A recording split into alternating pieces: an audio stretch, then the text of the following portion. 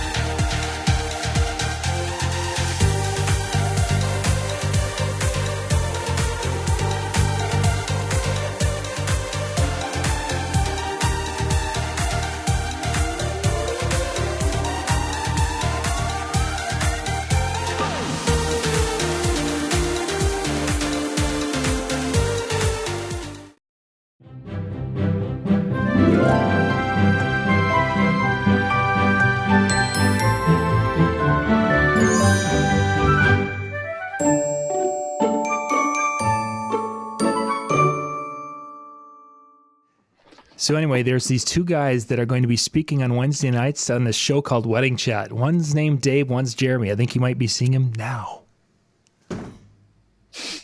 Is that our intro? Oh. John, is that our intro? Welcome to Wedding Chat with Jeremy and Dave. I'm sorry. Were we live there? I was like flipping buttons and it's like all of a sudden you guys were live. So, okay, guys, go. Oh my God. Go. That was awesome. Yeah, we're live, Jer. All right. Well, you would think after a year plus, we'd have all the kinks worked out. And we're live. Now we're just going to jump right in. We're just jumping right into this. I said that's what we were going to do. That's what we're going to do. We're talking about kissing games at weddings. Dave, go. No, I'm just kidding. Hi, everybody. I'm Dave. I'm Jeremy with DJ Jer in Sioux Falls. How are you guys all today? How are you, Dave? No one else is going to answer me, so you might as well answer me live. How are you, Dave? I'm wonderful. I'm wonderful. Yeah. What did I do today? I don't even know. We don't care. I don't care. Nobody cares. Thanks for being that guy. Yeah. I'm always here to listen. I'm just not right now. Listen. So, jumping right into content. What are we talking about tonight? Well, actually, you know what? I want to do a tease for the next show.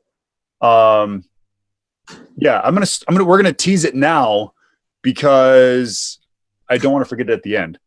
So John, write this down. Next show. And I don't know how we're going to title this, but something about, okay. So I had a phone call, with a bride's father, and let's just say after the phone call, I personally called the bride and said, I just don't think we're a good fit. Okay. So, I had to turn down and it was a decent sized contract. I had to turn down the contract just because of the feel that I was getting from that conversation. So that's going to be our next show. But let's get into this show. Yeah, it's going to be a great show. Trust me. It's going to be a great show. But we're talking about kissing games. We're talking about, the kissing thing that we all come upon.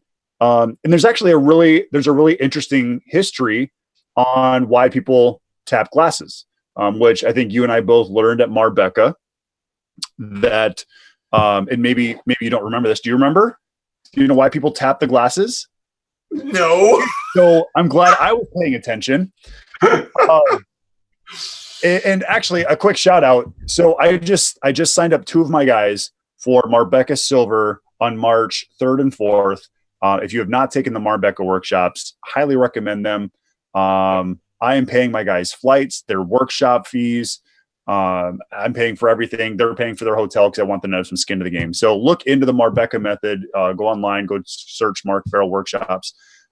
Great stuff. But I'm gonna say don't actually, because all you'll do is you'll dilute the pool for the rest of us who have taken it. No, so don't take the Marbecca, please. Carry on, Jerry. Oh gosh, you are not good at this tonight. This is not your night. So anyways, the purpose on why people tap the glasses, and I'm curious, has anybody chimed in? Did they say why that tradition happens? No. Nothing yet. Okay. So the purpose of tapping of the glasses is because when you tap champagne or you tap alcohol, the bubbles will float to the top. And that is the releasing of the spirits. So when you talk about, wine and spirits are actually because the bad spirits are being risen from the champagne or whatever it is that they're drinking. They tap the glasses to release those evil the evil spirits. So that way they have happy spirits. And they always felt that tapping the glasses was a way to kind of give the well wishes to the couple, releasing those evil spirits. When people drink too much, they become evil or they become, unstable. And so tapping the glasses was a way to release those spirits. So that is why people tap the glasses. And that is why the bride and groom kisses, because they're saying, thank you for releasing that karma.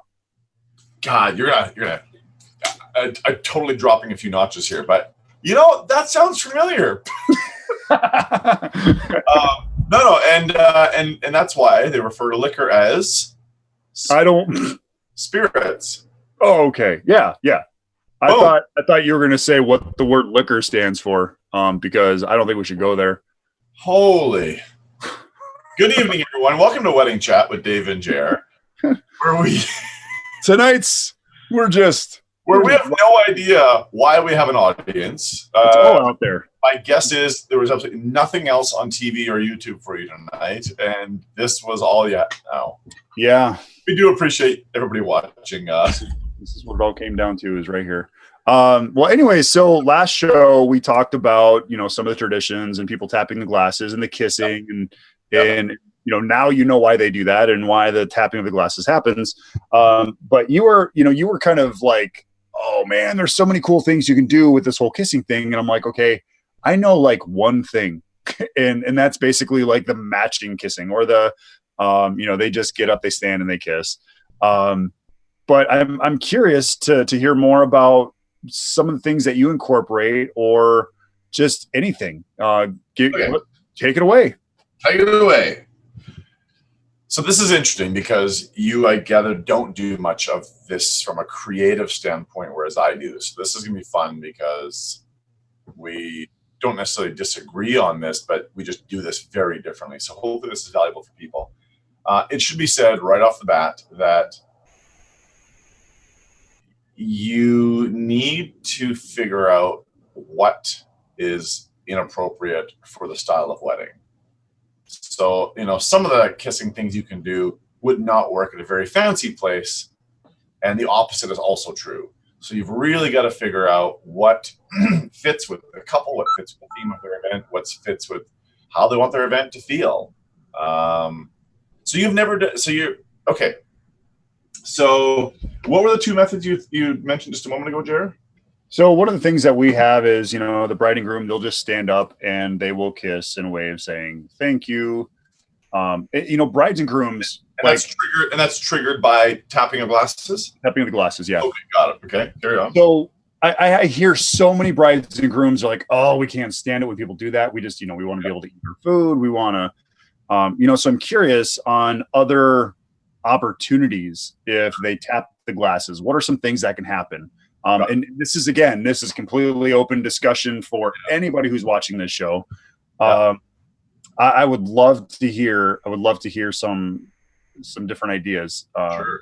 We have a couple different creative ideas, but I guarantee other DJs are already doing them, Yeah, very true. Very true. Well, Neil has mentioned here, copycat games, this game, telling a story game, singing a song with the word love, mini games.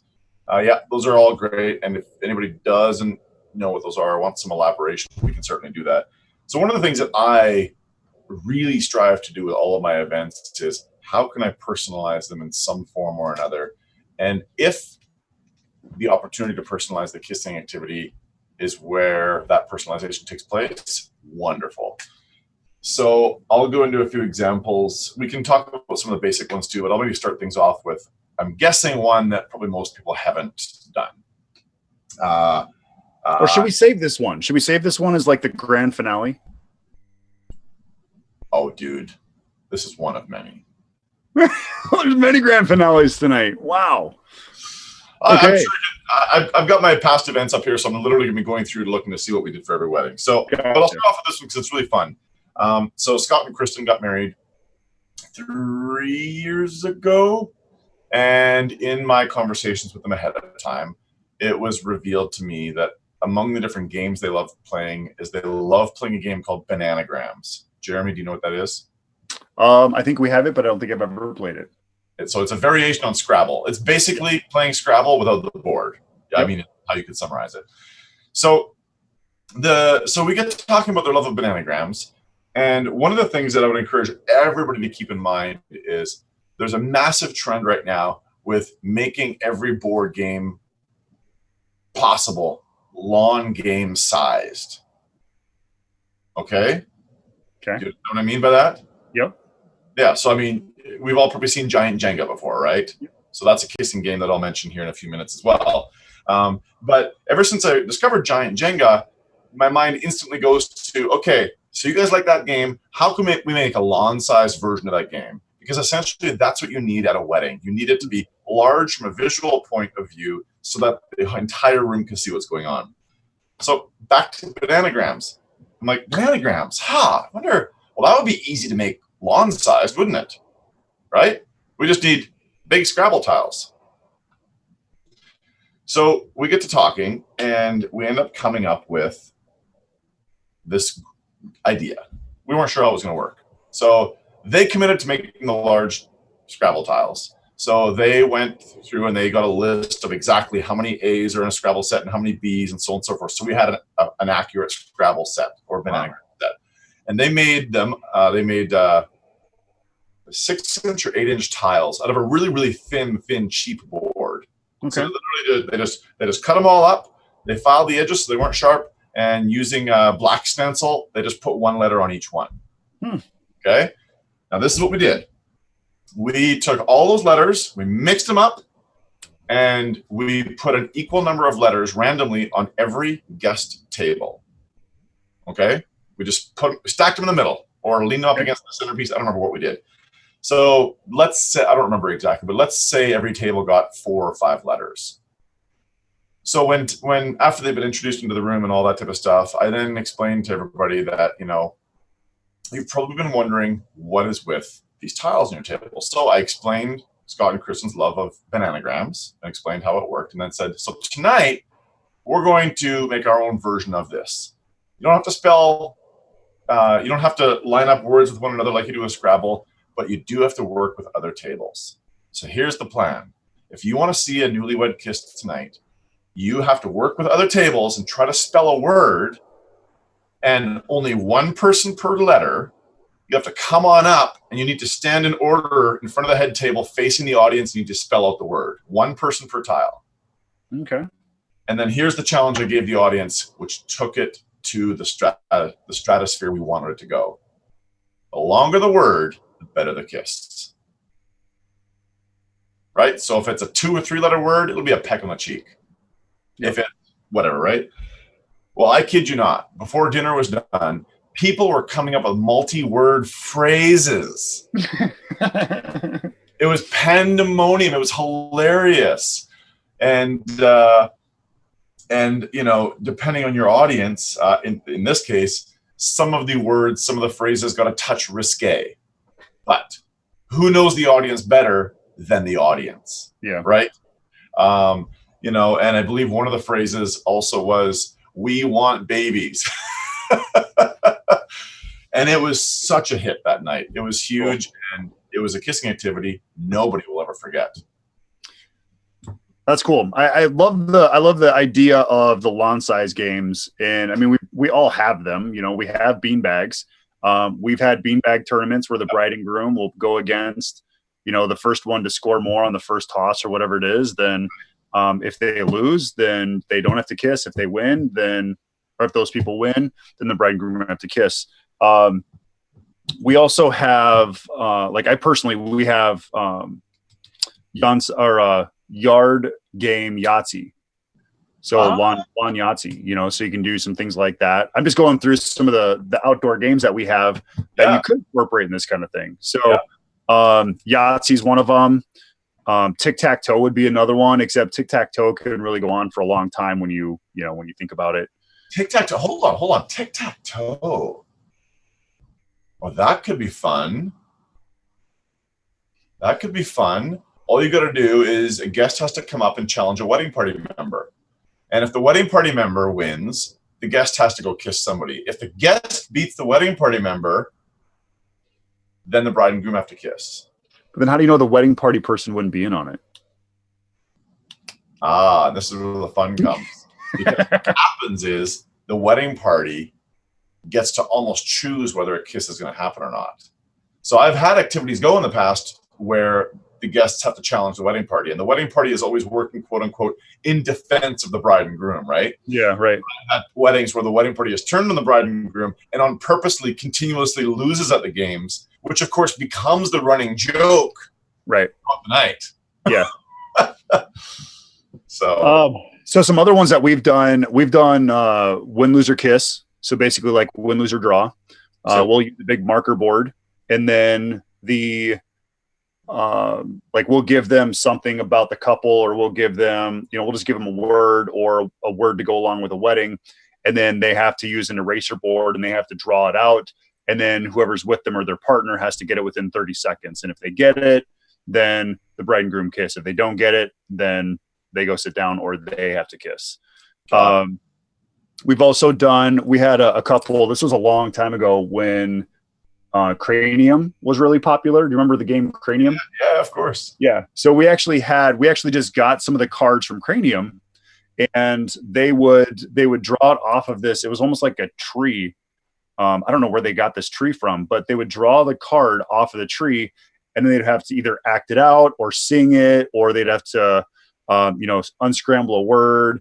And then again, if they got it, then the bride and groom would kiss, and so on. So those were some fun activities. And that was one of the things that I've always encouraged. I always ask the bride and groom, well, if they say, well, we don't really want to kiss that much, or we don't want people just to tap glasses, we want to do something unique. Yep. And that's why in that initial consultation with a couple, and even when you're finalizing, you're asking the questions, what are your hobbies? What do you enjoy doing? Yep. And, there was one couple, the whole beanbags thing, there was one couple that met at a beanbag tournament. And so we incorporated that into, this is why we're doing this tonight, because this is what brought them together. And so there kind of has a purpose to it. Yep. Not saying everything has to have a purpose, but if you can actually connect, like why this activity is happening, it's like same thing with a cake cutting. Why are you cutting the cake? Yeah, very true. And so if you start connecting those dots, then that activity has a lot more meaning. Mm-hmm.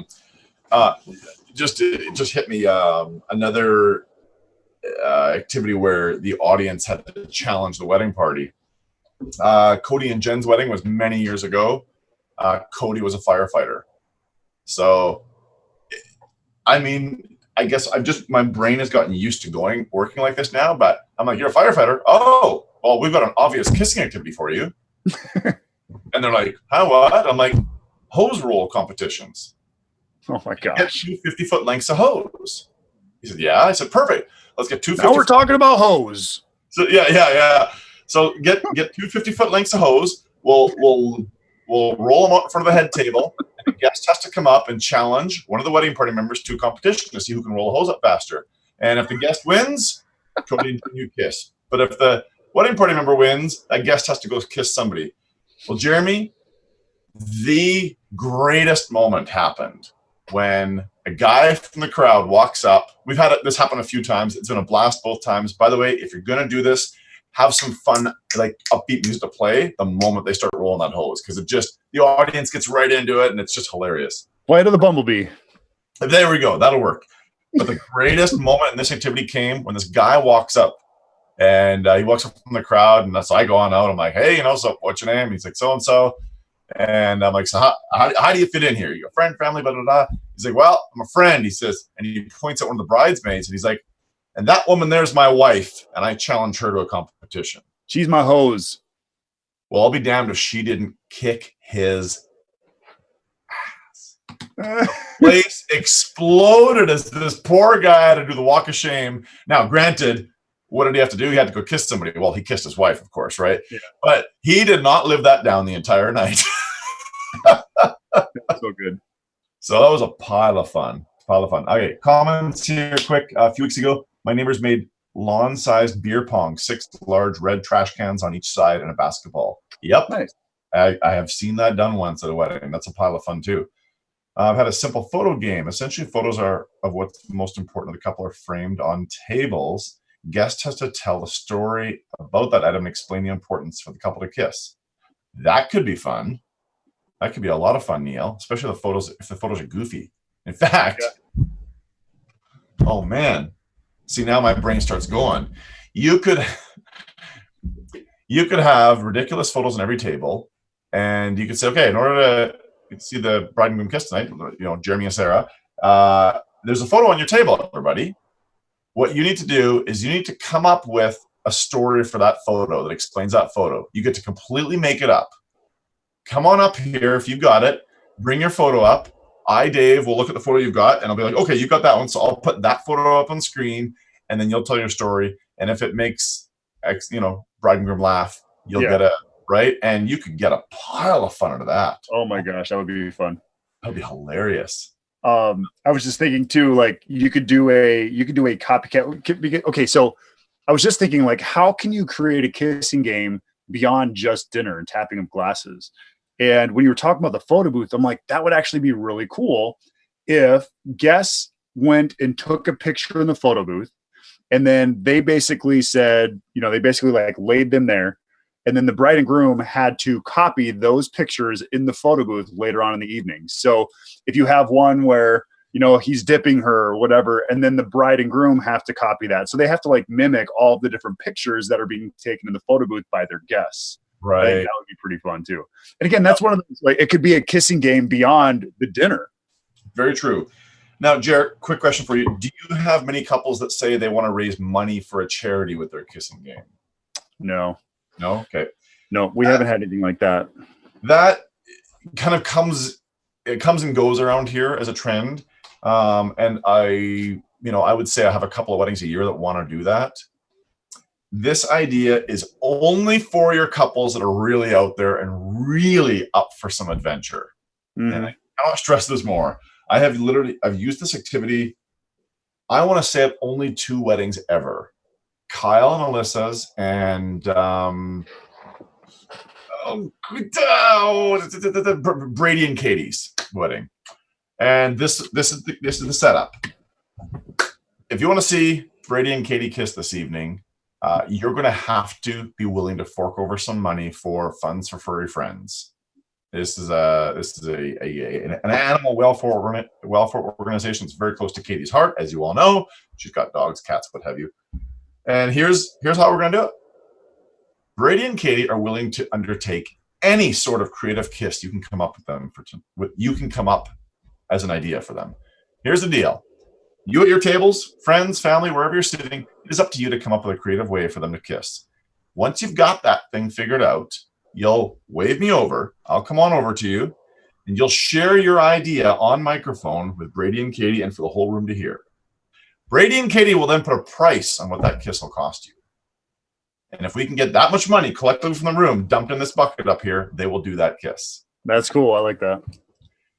Jeremy, both weddings pulled in more than $600. Nice. Because of that. And I'll give you 2 examples of some of the more, you'll get some basic ones, dip. Okay. So that's going to be $20, right? But as the activity goes on, I encourage people to get more creative and more outrageous with their ideas because look, Brady and Katie will do anything. But of course, I've told Brady and Katie ahead of time, look, the more outrageous your guests get, the higher ticket you put, the higher price you put on them. Yeah. And what was the highest price per kiss? Yeah. So at Kyle and Alyssa's wedding, this guy, I remember him, he had a big white cowboy hat on, and he waved me on over here, and he says, all right, Kyle, he says, I want to see all 4 of your groomsmen pick you up and hold you sideways, and then I want to see all of Alyssa's bridesmaids pick her up and hold her sideways, and I want the 2 of you to kiss like that. And everybody's kind of like, what? And Kyle's like, yeah, $200, no problem. You have never seen $200 come together so quickly in your entire damn life. And then a similar situation happened at Brady and Katie's wedding where this one table said, Brady, we just want to see a repeat of what happened 2 nights ago. I don't think you slept in the house that night, did you? And some of the room started laughing. I had no idea what the hell they were talking about. But Brady's like, oh my God. And Katie, she gets a smile on her face from one ear to the other. And she's like, $200 and we'll do that. And I'm like, I have no idea what's about to happen.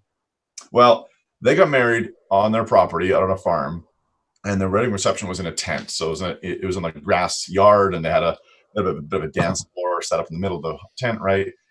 And I guess 2 nights ago, so the Thursday night, Brady and his boys had way too much to drink out at the farm, and he literally passed out on the grass outside, and she literally dragged him into the house and threw him on the couch. So they said, okay, yeah, for $200. Well, $200 came together like that. And I kid you not. So they recreated this thing. So she went outside the tent. Brady, this is a very country wedding, folks, by the way. Brady gets up on the dance floor and he literally starts stumbling around as if he's drunk. And then he just falls over onto the dance floor and the place roars. Katie walks in. She's in her wedding dress, wearing cowboy boots. He's just in a vest. She grabs one of his arms and she drags him off the dance floor, through the grass, and out that tent. You can imagine what the reaction was. Oh my gosh. Through the roof. And then, of course, she kissed him, right? Yeah. God, that was pretty good. So, yeah. I've got one doozy that I'll end with. And I apologize, guys, tonight. I've got to get off early tonight just because. And Dave, you can keep the show going. But I'll keep going a little longer. We've got some things that I have to get done in a manageable time. So we will have to deck out early tonight. But I do have one more thing that I want to share. Is there any other comments or anything else that people have brought up on the Facebook? Nothing else. No, they're just listening away. Away. So I had two. One was a doctor. One was a surgeon. The groom was a surgeon. The bride was a doctor, and they wanted to do something medical. And I don't even know how we did this. We had created, or we had like a 4x8 basically piece of plywood, and we cut out all these different shapes and things like that, and we recreated the game Operation. Oh yeah. So, and really the only way what's that? You did it lawn sized. You made it big. Yeah. Yep.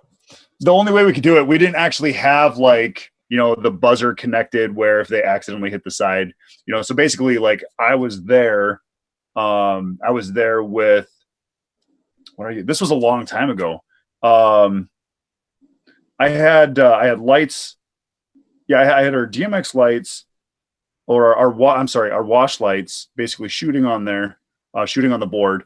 And then I would visually, if I saw them touch the side with these spaghetti tongs type thing. Okay. These really big tongs. Yep. Out, then the bride and groom would kiss. If they didn't get it out, and they hit the wall, then the bride and groom didn't move this thing around, So. Right. I want to bring lighting into this conversation in a way you maybe aren't expecting. Have you ever done a kissing wheel at a wedding? Have I done what? Have you ever hosted a wedding where there was a kissing wheel? People had to spin the wheel and it's like spin the bottle? No, it's like a little Wheel of Fortune type thing, but vertical. Yeah. Okay, I'm following you. No? Oh wow. So people you can buy little tabletop wheels, what have you. And I had a bride and groom a couple of years ago that wanted to do something like that. They wanted to do a kissing wheel, and depending what option people landed on, it would say, you got to go kiss a guest, or bride and groom would kiss, or you've got to answer a trivia question, or right. You have all these different options. And I said to them, okay, kissing wheels are okay. The problem with kissing wheel is similar to the lawn size thing. They're always too small. And literally, like, if you're in the first 20 feet, you can see it. But if you're 100 feet back, like, hopefully somebody tells you what it said. Yeah. So and he said, and the groom in this case, he was in the business of building houses. He said, well, I'll build one. I said, all right, well, if you're going to build one, make it a decent size so I can see it from across the room. He's like, all right. So he built a kissing wheel that was 48 inches in diameter. The thing is freaking huge. And they painted it up all nice, and they put some great decals on it for options, and it was a hit. I mean, it was great because it was so bright. It was so large. Anyway, whenever somebody would spin the wheel, now this is only if you're doing uplighting in the room, but when somebody would spin the wheel, I would have the uplighting go faster around the room. Nice. Around the room. And then as the wheel slows down, change it to a slower chase, and then a slower chase, and then stop. Cool. You want to talk about, I mean, just a small, subtle thing, but it really makes that a lot more engaging and just takes the production up a notch, right? Yeah, for sure. Funny story about this wheel. I had again, actually, I need to get back to the bananagrams, large tiles as well, quickly. I'll get there right away. Okay. I had a couple of few years later that wanted to do a kissing wheel as well. And I said, well, gee, Brett and Melanie, who made this kissing wheel for the wedding prior to this, they got this kissing wheel, and you know what? I should see if they're still using it, because Melanie wanted to keep it, because I offered at the time to buy it, but she wanted to keep it. So I sent them a message, and Brett gets back to me right away. He's like, yeah, you can have it, but talk Mel into like letting go of it, because she won't let go of it yet. Anyway, they ended up selling it to me for just his cost of materials, which was great. Nice. And what I ended up doing was I ended up stripping all the decals off. I painted the surface of it black, but not with black paint, chalkboard paint. Oh, nice. There you go. So now I can easily change out the options custom to every wedding. So I had a wedding this past September where Byron, one of the groomsmen, single, and they really wanted to have some fun with him. So one of the options on the wheel was Kiss Byron. Right? So you can change it up and have a lot of fun with that. Now, here was something that one of my couples made that I ended up purchasing, and I now have and use, and it's awesome and fun to use for the appropriate wedding. This past September, guess what? I ran into another couple who said they love to play Scrabble. Nice. So I said to them, wow, let me tell you about Scott and Kristen and what we did 2 years ago at their wedding. Gosh, I wonder if they're still using their game, or if I could borrow it for your wedding. Let me check with them. I send her a message. Kristen's like, wow, Dave, it's bizarre you sent me this message. I was doing some cleaning today, found the case of these in the closet. We still haven't used them like we thought we were going to. You can just have them. Nice. Boom. Way to do it. So that was fun. So yeah, kissing wheels are fun, but make it so you can change out the options, because then you can customize it for every wedding, which is, as mentioned at the outset of this, something I really strive to do with all of my weddings is, how are we going to make this unique? How are we going to make it different? How are we going to make it you? Yeah. What else? I just want to see if we've got any other fun. I forget them, folks. I need to always go back through. Beanbag toss. That was one of my other weddings this year. What did we do for Travis and Ashton? Yeah, this is just such a great way to personalize things. They used the kissing wheel, did they? Look at that.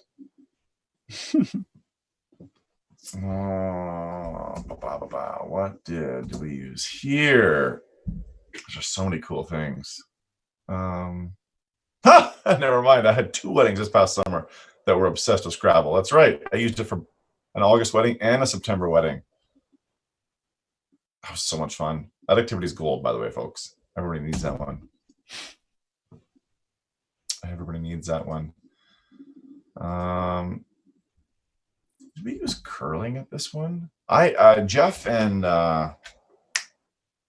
Nancy many years ago, competitive curlers. I mean, how more Canadian can you get?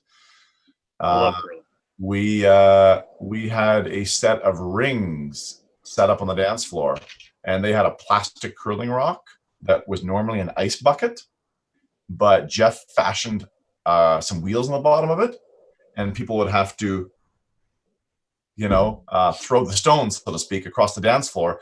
And if you hit the button in the middle, you'd get the greatest kiss in the world. If you hit the circle just outside of that, it'd be okay. If you hit the outside circle, it would just be a peck on the cheek. And if you missed it altogether, the entire crowd just booed you. Yeah. Now, what was fun about the venue that happened in It happened in an old dance hall where the floor is a little bit like this. So people, they would roll this damn rock. Well, it would go sideways and this and that, and it took a few times to get going before people realized how they had to throw it. So that was a lot of fun. Nice. Somebody mentioned Hershey's Kisses earlier. I had another wedding recently where she was also a curler, but their venue was too small to have a big dance floor set up for the dance. Like we were going to have to pull some tables down. So we still incorporated her love of curling and her love of chocolate. People had to draw Hershey Kisses out of a plastic curling rock. And if you drew a gold one, the bride would kiss. If it was just a silver one, obviously no kiss. I had, kind of a mix of like everything. This was actually at my cousin's wedding. She's like, well, there's a lot of different fun games that we could do to make people kiss. But we want to kind of give it this game of chance. And so what would happen is if they tap the glasses, I actually had one of my guys doing it because I wanted to be an attendant, or I wanted to attend the wedding and not like work the wedding. So I had Matt Attic, one of my DJs, he ran it, and he would just kind of keep an eye on the crowd, and he would watch to see who kind of started the tapping of the glasses. And then he would bring them up to the dance floor, and he said, okay, here's this jumbo dice. If you roll a 1, you're going to do this. If you roll a 2, you're going to do this. If you roll a 3, you're going to do this. So there were 6 different options. One was like sing love. One was, finish the lyrics. There was just a whole bunch. There were 6 really fun options. I can't remember exactly what they were, but it was a good way to, again, kind of give that game of chance, and not like, okay, here comes another song with love in it. It was like, I wonder what number 5 is going to pull up. And so those were fun activities as well. And like I said, it just added one more game to the game. And I thought it was really creative and it was fun. So kind of in, final thoughts, or do you have something? Go ahead. Real quick, just a comment. When are you doing these games? After dinner, before toasts? Don't know about you, Jer, but this is something I will introduce, and it will happen throughout dinner. And then if I need to create more time or remove time, I will prompt this to happen between toasts, because as we talked about last show, toasts for me happen after dinner, and there are often 4. So that gives me 4 opportunities to prompt a kissing activity. 1 before that first toast to help bring the room focus here, folks, here, people, this is where we want you to look in, and then between each toast if I want.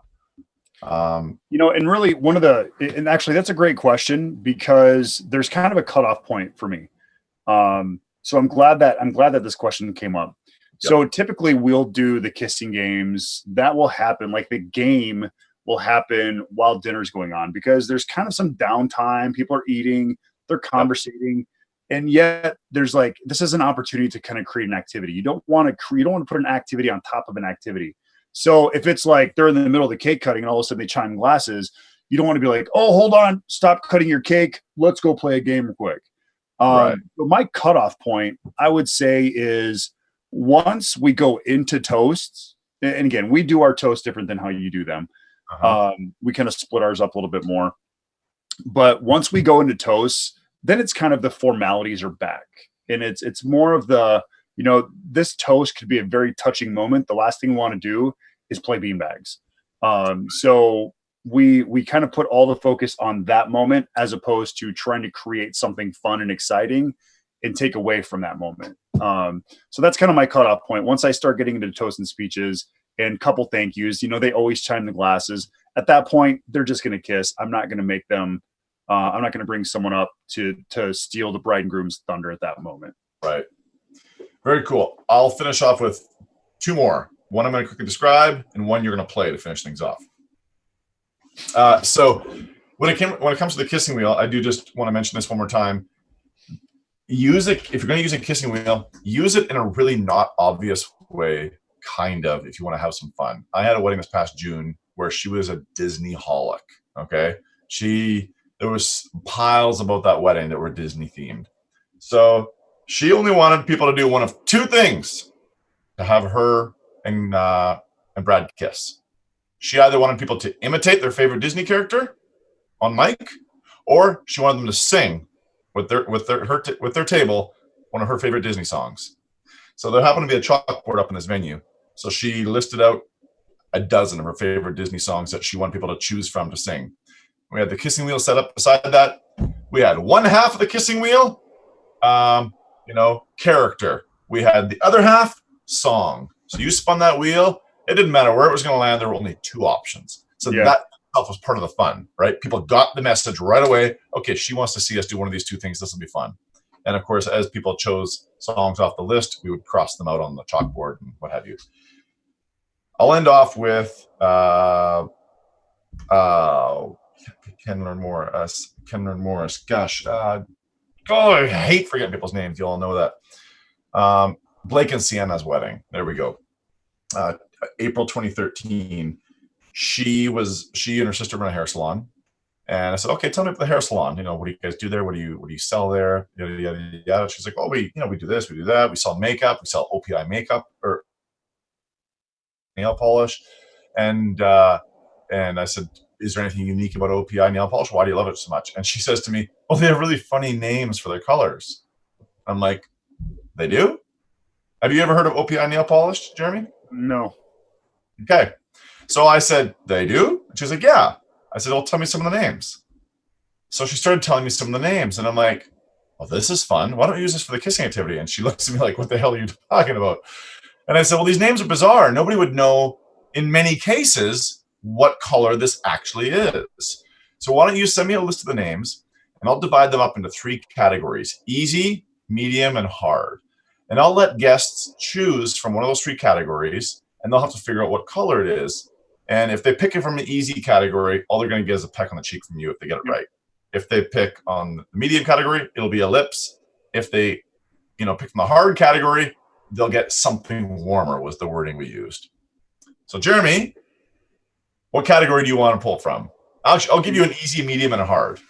Hold on. Am I going to get a peck on the cheek? Yes, next time I see you. According to my screen, you're over here. So are you going to give me one right there? Do I have to go this way? No, the other way. The other way, Dave. The other way. Other way. So Jeremy, our table would say, okay, Dave, yep, come on over, give us one. So Jeremy, I'm at your table. I'm going to give you an easy one. Give me a medium. I'll take a medium, please. You'll take a medium. Okay. Yes. Romeo and Juliet. This is the name of an OPI nail polish color. What color is it? Romeo was red, Juliet was blue, so I'm going to guess a purple. Red. Dang it.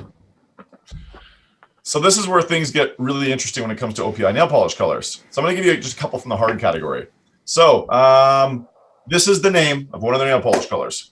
Okay. Overexposed in South Beach. Say it again. Overexposed in South Beach. I would say like an orange. Purple. Don't talk back to me. I would say a red. Yellow. Susie and the 7 Dusseldorfs. Yellow. Purple. This sucks. I hate this game. All right, guys. Well, thank you for watching. We did go the full extent of tonight's show. I don't know my nail polishes. That's what I'm in. That's my finale tonight, or that's my. And nobody did it that way either. Well, some people did, and it was really hilarious because people got a kick out of going, "What?" Anyway, yeah. There we go. There you have it, folks. Some kissing inspiration. Think outside the box. Even when she says she sells nail polish and it's her favorite, don't discount that because there could be a gold idea sitting at the bottom of that. Yeah. And that's kind of what I would say too is, get to know your bride and groom and what their hobbies are, what their likes are, what their dislikes are, and create activities and fun around that. So Thanks for watching tonight, guys. I am Jeremy Brech, DJ Jer. Dave Ternier from the Great White North, out. Have a good night.